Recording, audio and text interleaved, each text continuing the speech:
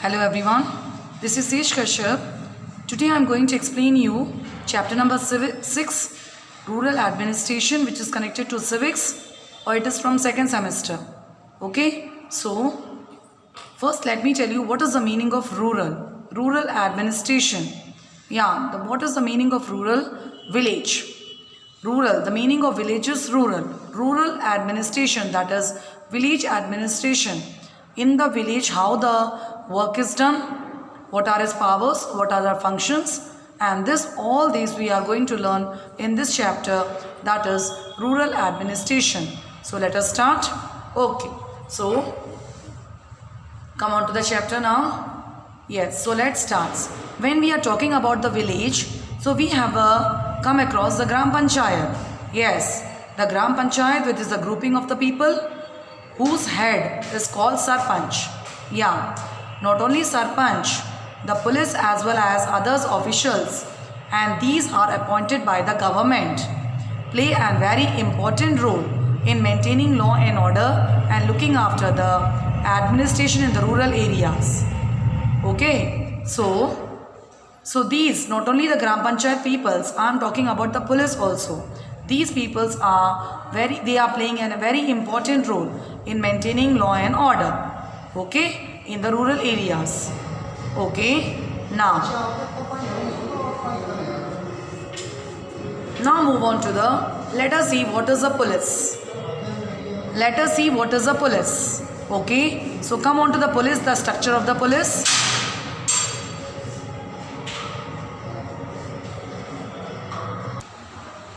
So now we are going to learn about the structure of the police. So you know students, who is known as police? Police is responsible for maintaining law and order in your society. Yeah, isn't it? Yes, it maintains, not only maintaining law and order, it makes everyone to follow the rules and regulations. Okay, so in each district there is one superintendent of police, that is known as SP. Yes, he is known as the SP. The full form of SP is Superintendent of Police. Heading the police administration, this Superintendent of Police is completely in charge of the police administration, or he belongs to the Indian Police Service, that means IPS. Each district is divided into 5 to 6 subdivisions. District is again divided into subdivisions, and these subdivisions are headed by Deputy Superintendent of Police, that is we call as DSP. Okay, and once more, these subdivisions are again divided into police circles. Okay, and police circle, who is the in charge? An inspector is the in charge of each circle. Okay, so these circles are again divided into 10 police stations, and these police stations are known as Thana.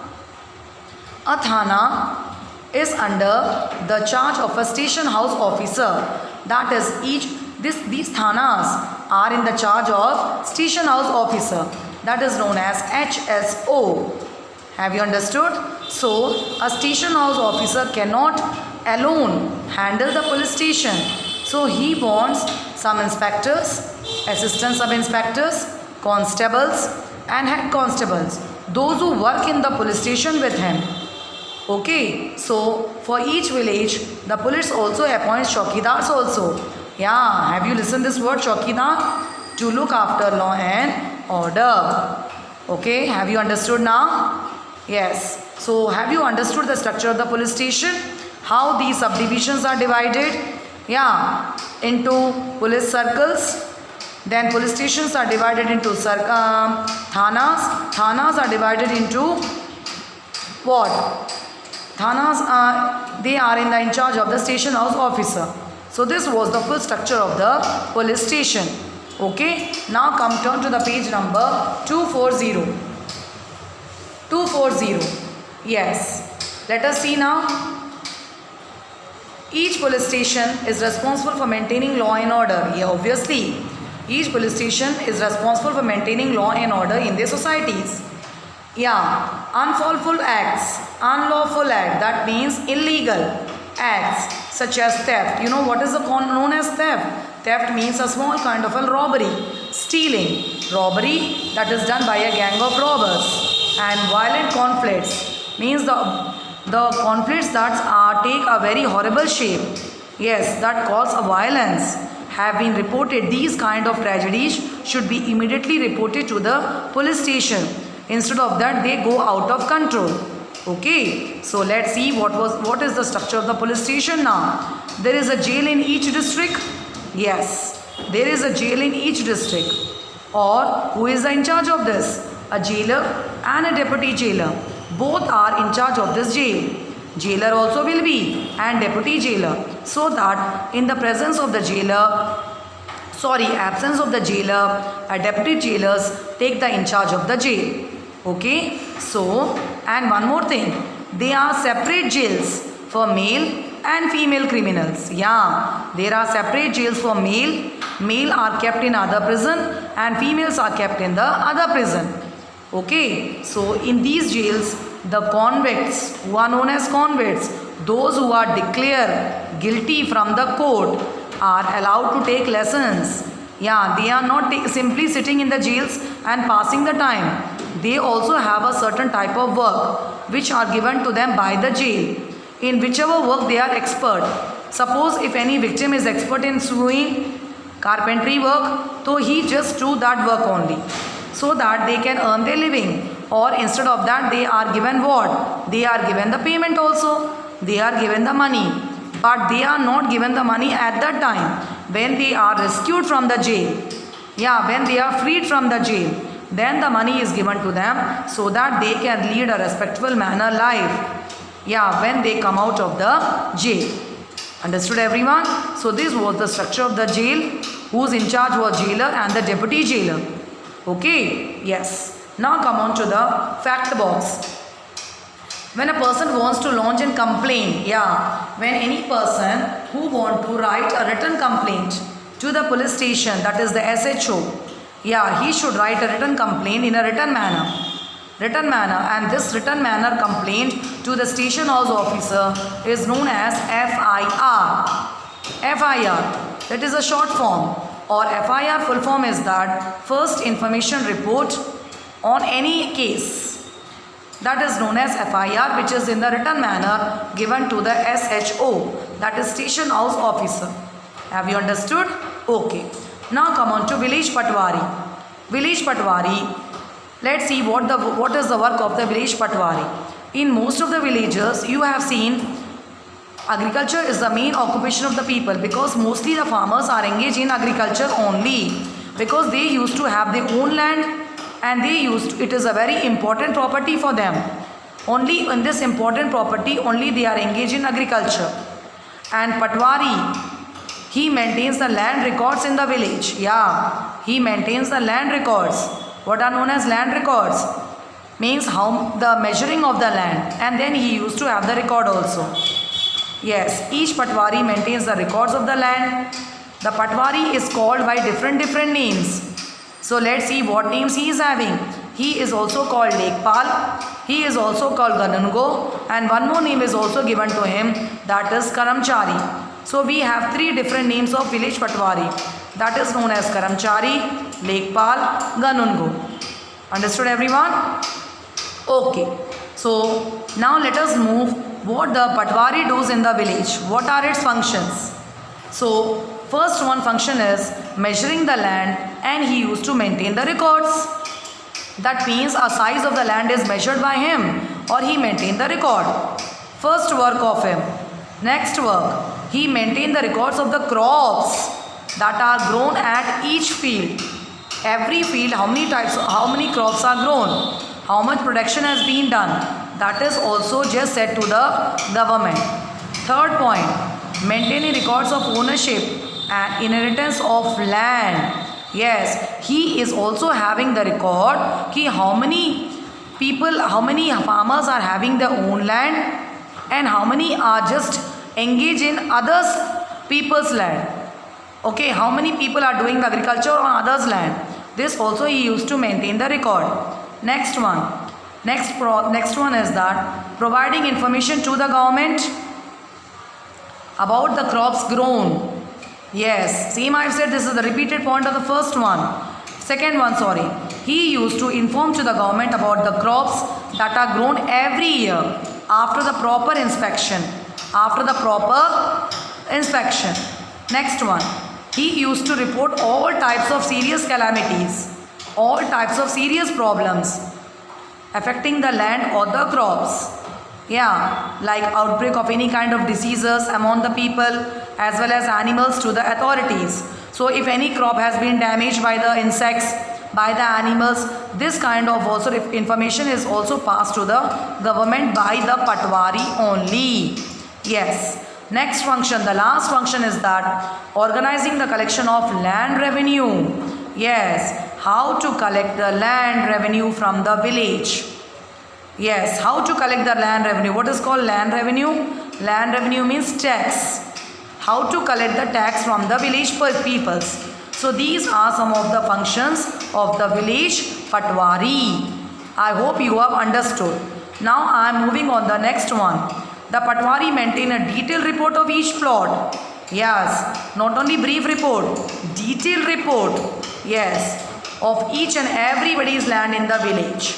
Like its area he used to measure, ownership, who is the ownership of this land, details of the crops grown in that area. All these are the details which he is finding out and reporting it to the government. After the harvest seasons in April, October and February, what he used to do? He conducts inspections. He goes on proper survey to find out the yield of crops, production. What is the meaning of yield? Production of crops from each plot. That means in each field how much crops are grown. He is having the report after the harvested. So whatever records he is maintaining, that he is not maintaining in the oral manner, he is maintaining in a written manner. And these records which are written down in his report is known as khasra. Okay, have you underlined this all here? It's a very important point. All his records which are written by him in his report is known as khasra. Okay, yes. A farmer has the right to ask for the khasra. Khasra means report. Khasra means report of his land if there is any kind of dispute. What is a dispute? Fight, quarrels. Okay, if he is having any quarrel or any fight within his family members, he can ask one photocopy from the village Patwari of his own land. He have the right to ask. Okay, yes. Now comes in recent years. In recent years means nowadays. In many villages, what we are seeing? We are seeing that Patwaris are using computers to maintain records. But now, it was not earlier. It was not in the olden days. It was now. Because Patwari is having the computers for maintaining the records. Okay? Yes. So, it is very important that the khasra contains updated information. Yeah. Khasra should contain all the updated information about each plot of land. If a farmer, suppose I am giving you example here. If a farmer digs a new well. Okay. Otherwise, if he increases the area of cultivation land, so this all type of information should be reported at once to the Patwari immediately so that he can also update his record. Update his record so that his records can be referred in the case of a dispute. So any kind of new activity that is taken by the farmer regarding the land should be immediately informed to the Patwari. Understood here? So let's see, there is a short conversation between the village Patwari and the farmer. See both of them what they are doing. See what the Patwari say to the farmer. Last year they wore one tubal in your plot. Where has that gone this year? Yeah, he is questioning. Yes, now see what answer he will give. No sir. Actually, my brother has taken over a part of my land. So now the tubal is under him. So the farmer is replying. Farmer is replying that, no sir, actually my half part of it is being taken by my brother. And whichever tubal which you are seen in my land, that now it is the part of my brother. So now the tubal is under him. Okay, so this is what the Patwari says. How it is that possible? I will have to measure your land again. Okay, so he is saying that it is not possible like this. Yeah, so I will measure your land again. So he is saying, shall I get you a ruler? Ruler means for measuring the land. So anything happened in the whole year should be updated to the Patwari at once.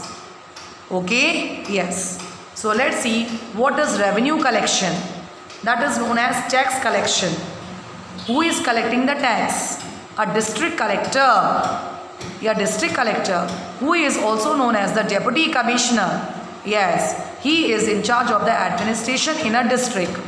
Yeah, he is in charge of administration in a district. Or each district is divided into subdivisions that are called as tehsils. Or these tehsils are again divided into parganas. Or these parganas consist of a group of villages. So let's see the structure of a district once more through the help of this table. District is divided into subdivisions. Subdivisions are divided into tehsils. Tehsils are divided into parganas, and parganas consist of group of villages. So with this table, have you understood now? Yeah, what is the structure of the district? Okay. Now I am moving on to page number 241. Yes. The land revenue is collected by the tehsil. Yeah, the land revenue is collected by the tehsildar. Very good. Who works under the district collector, and this tehsildar, he works under the district collector. And what is the other name of district collector? He is called deputy commissioner, and he is the in charge of the administration in a district. So this tehsildar is also having certain functions. Let's see what are his functions. First function, proper maintenance of the land records and collecting of the land revenue. Yes. Next one, he supervises the work of the Patwari. What is called supervising? He checks properly the work of the Patwari. Who? Tehsildar. Next one, he hears all land related disputes. Yeah, what are known as disputes? Fights, arguments, which are only connected to the land. Next one, ensuring that if it require, the farmers can easily obtain a copy of their land records. This point I have already told you. Yeah, farmers can easily obtain a copy, photostat of it from the land records from the tehsildar. Okay? Yes. Now come on to the subdivisional officer. Subdivisional officer is the in charge of the revenue collection at a subdivision level. Yeah, he is working at the subdivision level, or he acts as a link between. He is a medium between the tehsildar and the district collector. Okay, so this is the work of the subdivision officer who is in charge of the subdivisional level. He is working at the subdivisional level. Understood here? Okay. Now come on to the civic amenities. What are known as amenities? Facilities. Yeah, let us now see what are civil facilities now. I think you know what are civic facilities. Civic facilities are those facilities which are connected to water facility, sanitation. What is called sanitation? Cleanliness, health care to the people living in a district. And all these facilities are not handled by one officer. Yeah, these are handled by different officers. They are having different departments also. Let us see, go in deep, what are these departments and who is taking care of each and every civic facility. First one, district civil surgeon. Yeah, this district civil surgeon, he is called the head of the health service in a district. Yeah, he is the head of the health district in a service in a district. He checks properly. Yeah, he checks very properly the working of various health centers and hospitals which are located in a district. He goes on a survey. He used to check the work of these various health centers and hospitals in a district. So most villages have a very primary center also, that is known as PHC, and it is under the medical officer. The state government appoints doctors also, some nurse also for each health center in a district so that proper health care can be done in a district. And who is the in charge of this? District civil surgeon. So first paragraph was about the hospitals and doctors and nurses. Now comes on the government, about education. When we talk about the education, the district education officer is responsible for the proper functioning of the schools. Yeah, he is the in charge of this department.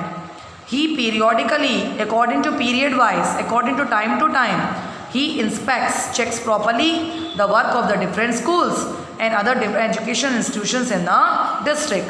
Who? The district education officer, who is completely responsible for the proper functioning of the schools in a district.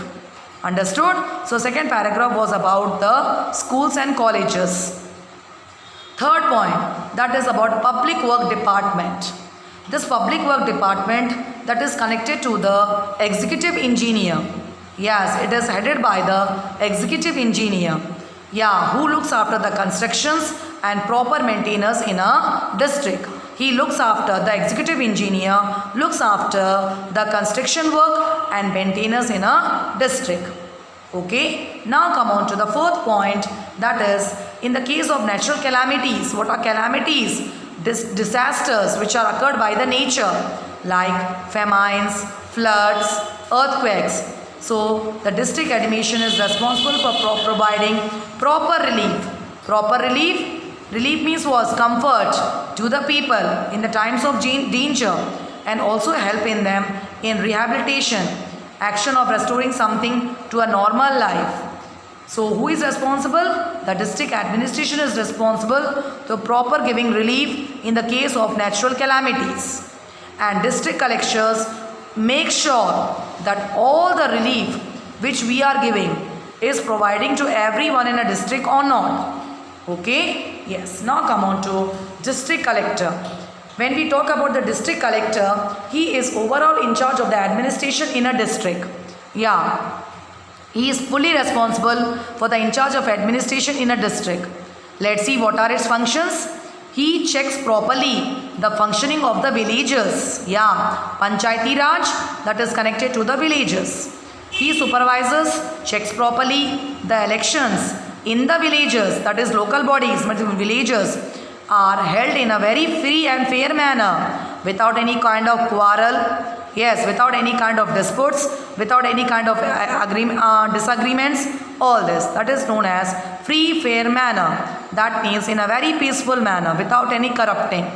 He can also send a report. Yeah, one more work is there. He can send a proper report to the government if he feels that the Panchayati Raj bodies, that is known villages, if they are not working properly, if they are not performing their functions properly. So this report is also passed to by the district collector to the state government so that the government can take an immediate action on these Panchayati Raj bodies, that is known as village panchayat people. Understood? So these were some of the functions of the district collector.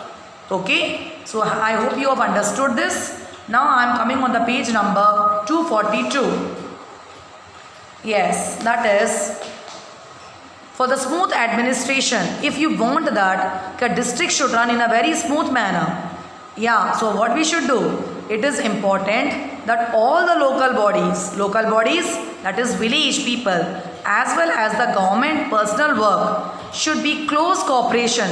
We should support to each other. Local bodies should support to the cities and cities should support to the government. Okay, then only proper development can be done in the district. Otherwise, there will not be proper development. Okay, now comes the judicial administration. Yes, there is a framework for providing judicial administration in a district. Yeah, that is in each district we have civil courts and criminal courts. So two types of courts we have, civil courts and criminal courts. The district judge is in charge of the civil courts and session judge is in charge of criminal courts. So there are two different courts and two different judge also. Civil court hearing is done by the is done by the district judge, and criminal courts hearing is done by the session judge.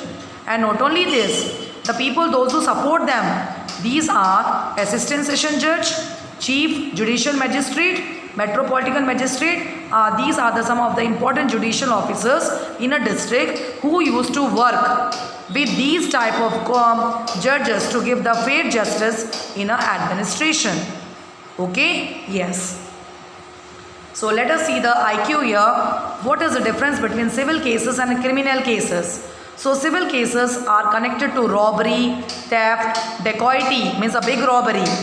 Okay. Or when we talk about the criminal cases, that is called as kidnapping, murder, injured, all this. So civil cases are completely different and criminal cases are completely different. Now comes the last part of the chapter, that is new inheritance law, and that is also known as Hindu Succession Amendment. Yes, in 2005, let us see what is this act shows here. In 2005, Hindu Succession Amendment was passed. What is called amendment? A change that was done by the constitution by seeing the passage of time. This law, according to Hindu Succession law, it was that this law gives son, mother and daughters equal share in the landed property. Yes, means this law states that son, mother, daughters are having the equal share in the landed property. But earlier it was not. So let us go in the past. In the past, a woman did not have any kind of rights over the parental property. They were not having any kind of share. In the field of agriculture, even though a woman work in the fields, after that the death of their father, the land would be divided only among their parents. Yeah, so as the father dead, the land, the property is being completely divided only among his sons. Okay, so now there is a little bit amendment here, that this law has been completely changed, so that women should also get a proper share in the parental property, so that they should also lead a proper life. This act also gives now married as well as unmarried women the right to reside in their parent house. Reside means to live. They can live in their parents' house without any kind of instructions. Okay, so is it a very good right here? Very good in Hindu Succession Act, which was passed by the government in 2005. So this law, which was passed in 2005, entitles women to equal rights over ancestral property. That means they are having an equal share in the father property. Or this law is historic in some respect. Yeah, it is right. In this manner, women can get a proper respect in the societies. To start with, it aims to ensure women will no longer be forced to live a dependent on their male parents. Yeah, women will not be no longer dependent on the other persons. They will be self-dependent now. Yeah, they will not be dependent on their families. Instead of that, they will be self-dependent, or they will have a proper respect in the societies. Instead, they will have some share in the parental property as their male siblings. Male siblings, brothers and brothers. Okay, so this is so unlike the traditional practice of women's subordination in their family. So now they are having a proper share in the parental property. It is a very important step towards ensuring equality in a society. So that now the constitution shows by this approving the law. Yeah, by this law it shows that government is showing really equality in the society. Yeah, by giving the equal share in the parental property. That means boys and girls are treated equally in the parental property. Okay, so I hope you have understood this inheritance law, which is also called the Hindu Succession Act, Amendment Act, that is passed in 2005. I hope you have understood the chapter very well. Yes, thank you for listening me and giving your precious time. Thank you so much.